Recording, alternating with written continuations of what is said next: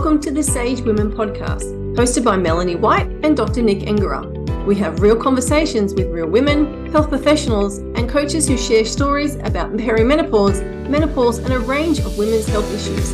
Please subscribe so you get the latest updates every fortnight.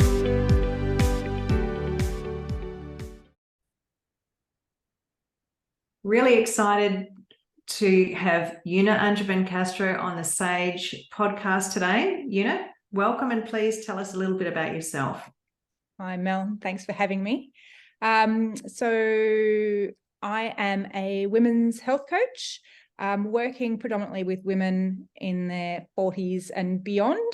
And the work that I do is mostly to support women through their journey through perimenopause and into menopause.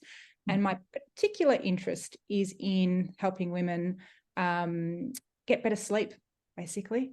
A lot of women present with sleep issues, and that's usually the first sign that things are going a bit wonky.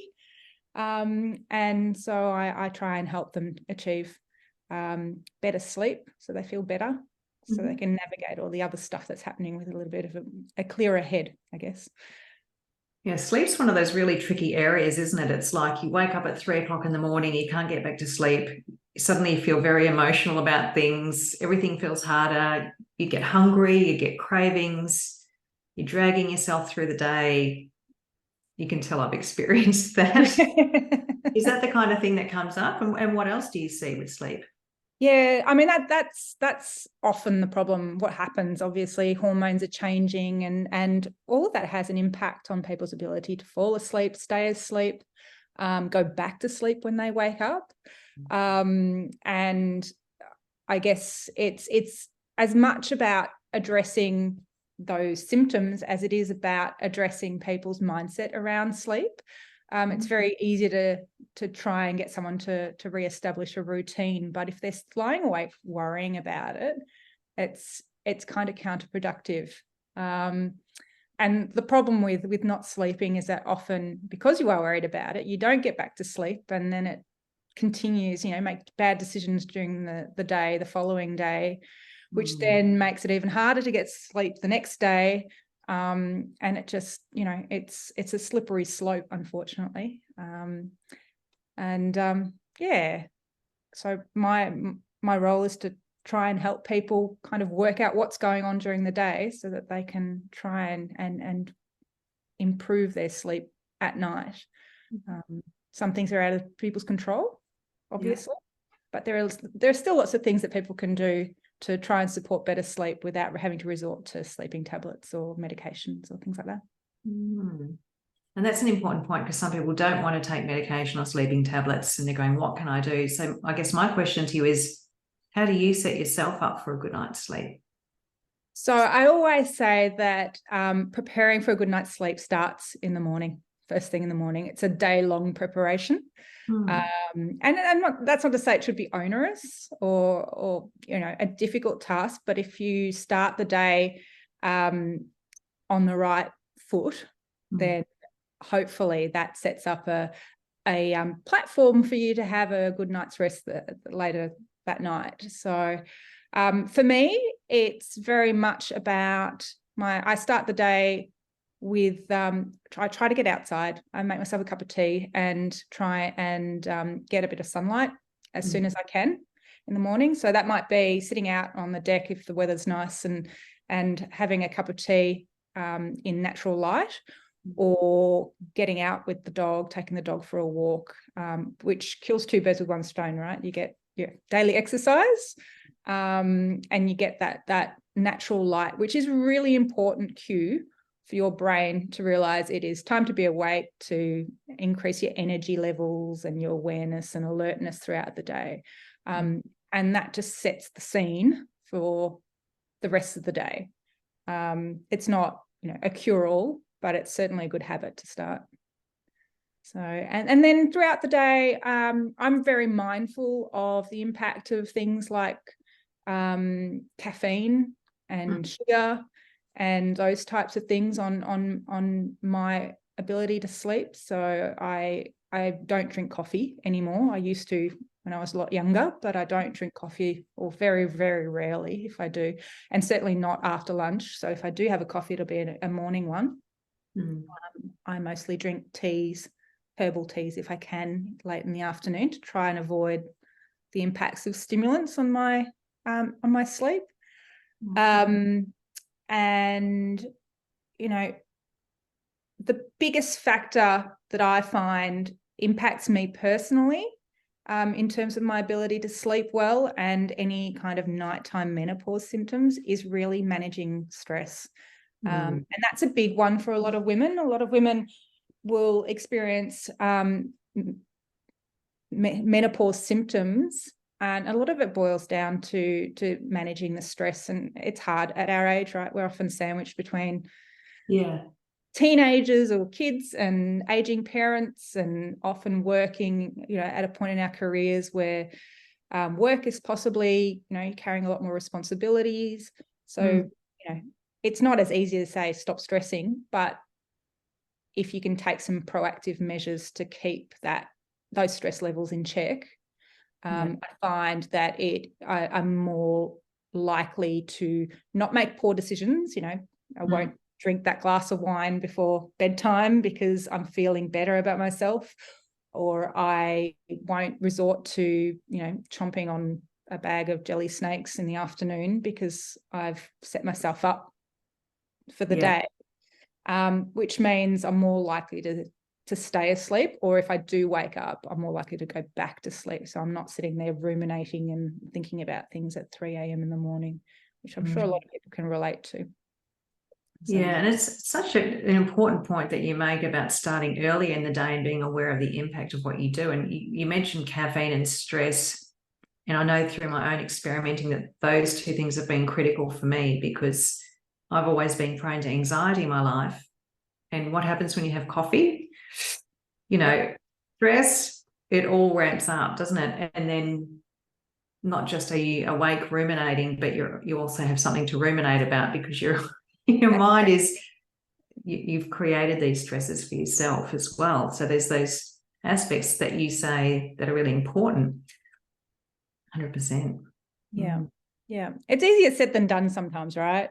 And it can be a slippery slope. You have one poor night of sleep and then you do tend to make those bad decisions during the day. So I guess it's a case of, waking up every morning and resetting, and hoping that what you do throughout the day will actually have a positive impact on your sleep late that night. And alcohol's a big one. I know a lot of people resort to alcohol. The stress gets to you. It's your release at the end of the day. It's a reward for getting through the day a lot of the time. But you might find it very easy to get to sleep, but those 3 a.m. wake up calls, and when you are prone to anxiety, the thoughts that go through your head after a few glasses of wine at 3 a.m. in the morning, it's not doing you any favors. So, I'm not suggesting that people have to give up altogether, but certainly cutting back on alcohol use and relying on a glass of wine to get to bed and relax and go to sleep. Its long-term effects aren't great on you. So.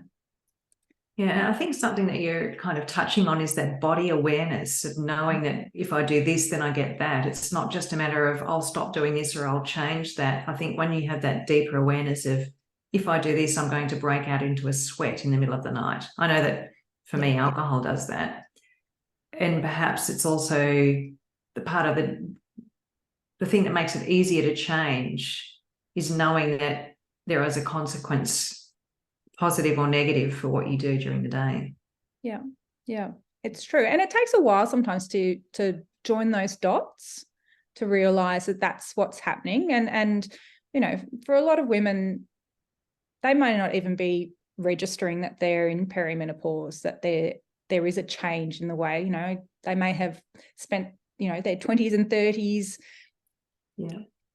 enjoying, their wine with their dinner or doing all of these things, and suddenly there's a change in it, and that may not even register that it's their hormones are shifting and that's what's causing it. So that's why I'm saying a lot of the time women will start complaining, I can't sleep, and it's just not clicking that maybe it's perimenopause that they're experiencing, and that all those little things that, you know, the wonky knee, you know, the sore knee, that they've been experiencing that they never had before, or the nighttime awakenings, the cravings for certain things, the anxiety, all of those things are part of a big puzzle, a bigger picture that they need to piece together. And I guess as coaches, we try and help people to put that puzzle together and try and work out, you know, what things are they prepared to do to achieve better outcomes for themselves during that stage of life. I guess part of it's an education piece, you know, knowledge is power, but it's also about women, I guess, being in control of their own decision making and choosing the journey that they want to take during that time of their lives. Going in with your eyes wide open and also accepting what's happening to you. Yeah. And knowing that it's not all doom and gloom. You don't have to give up everything, and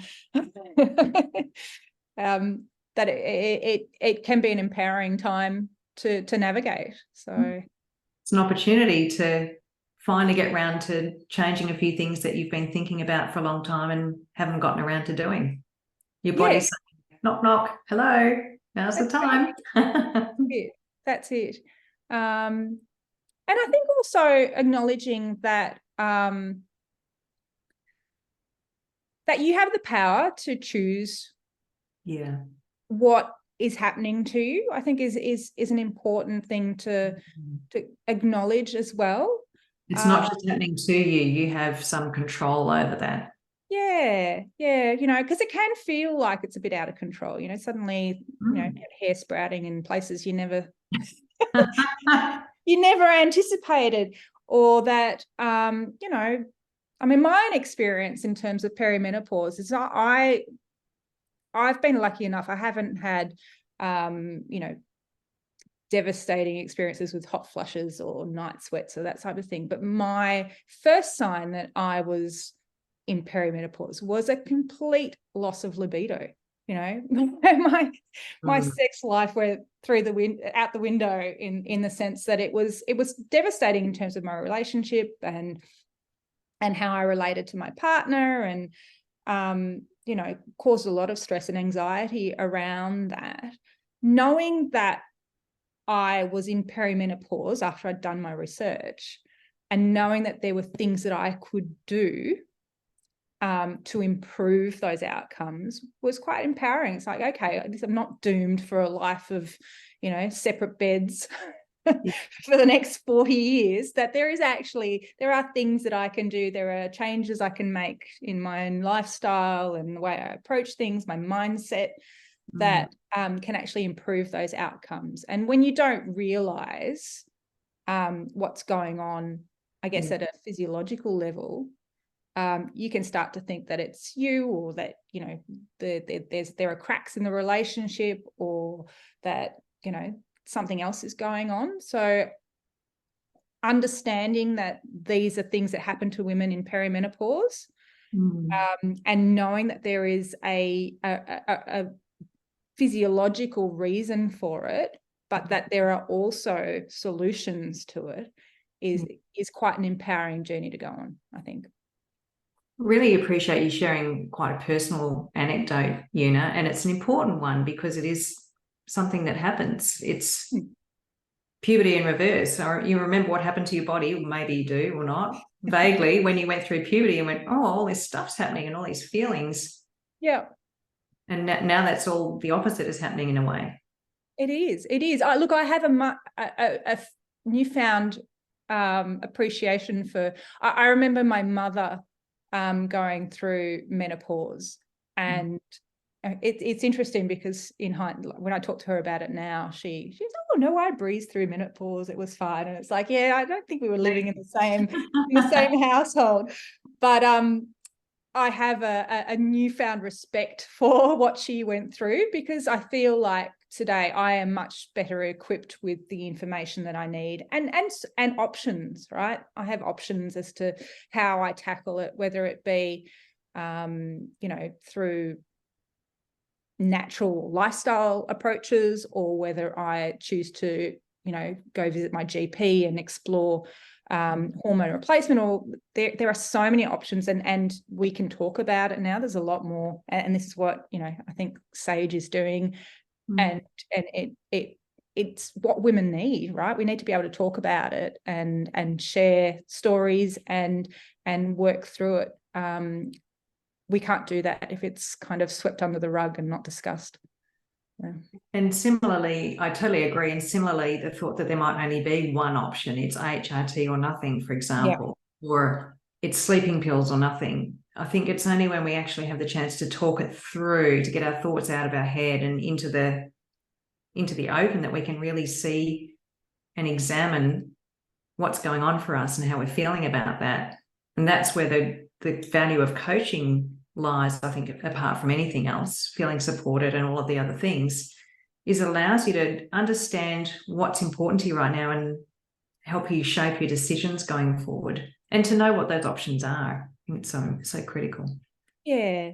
I think, I think we live in it's a difficult time in our lives. A lot of people don't realize until they're in the throes of it that they're experiencing menopause. But I think we're very lucky in that, well, I consider myself very lucky to be able to talk to people about it, although I still am blown away by how many women don't even realize that what's going on, and the suggestion that maybe, have you thought about, might be what's going on, and the light bulb goes off, and suddenly it's like, oh my God, yes, maybe that is what's going on.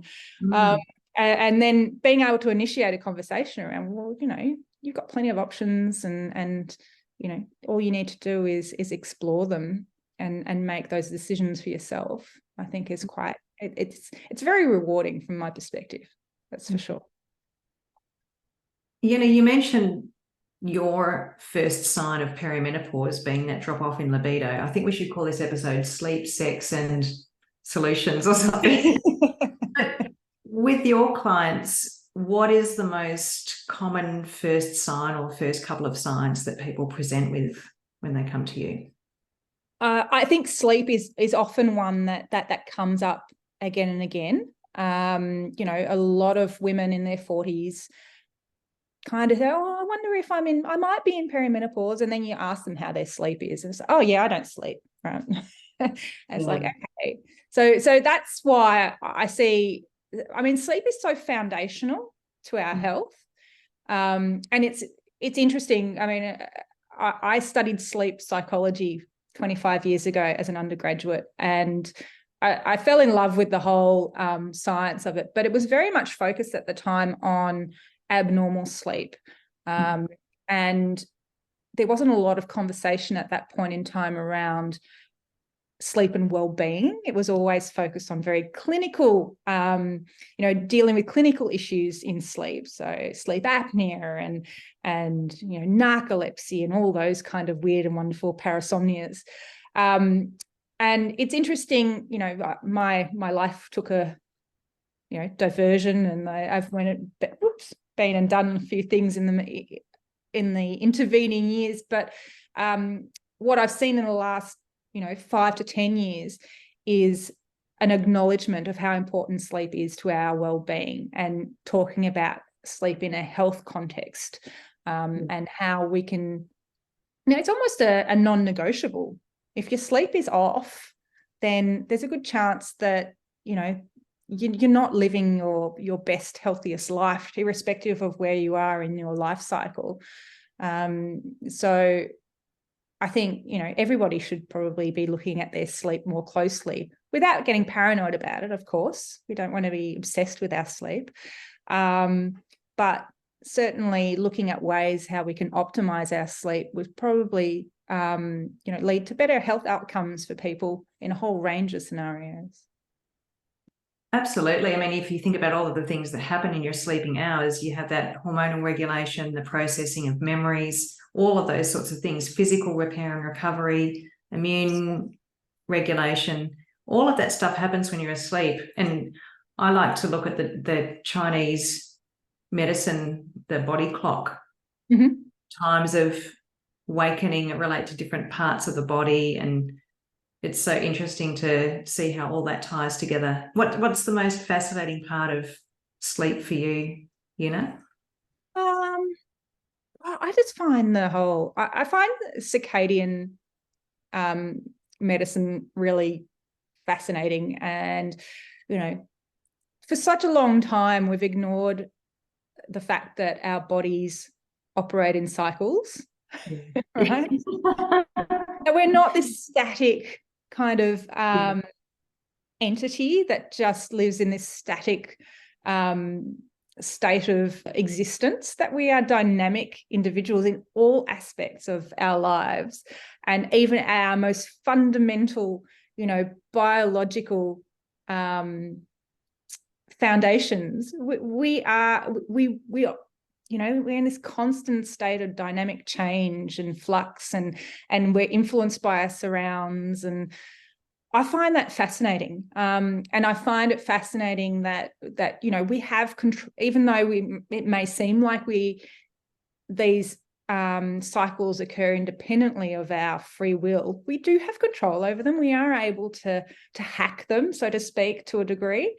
And use them to optimize our performance. And I guess just having that awareness of our circadian rhythms and our other rhythms as women, we're subject to our menstrual cycle and all these seasons, I guess, that our body goes through. I find it fascinating, and I love the fact that as people become more aware of these dynamic states, that they can then make improvements, and they often don't require a lot of change to see significant improvements in quality of life, I think. Yeah, and as you're talking about that, I'm thinking about sleep chronotype and how important it is to understand that. I mean, I like to think that going to bed at 8 o'clock is going to be helpful, but it normally means I wake up in the middle of the night and lie awake for 3 hours. Whereas if I go to bed at 10 or at 10:30 and I've done some reading, I can most likely sleep through to 5:30 or 6. Yeah. So actually the timing of my sleep, I know that I don't need to go to bed at midnight, that I feel hungover in the morning, which is fairly unfortunate if I haven't had anything to drink and I'm feeling hungover. But that's that, you go to bed too late or too early. Yeah. And understanding where you fit on that spectrum is another part of that too.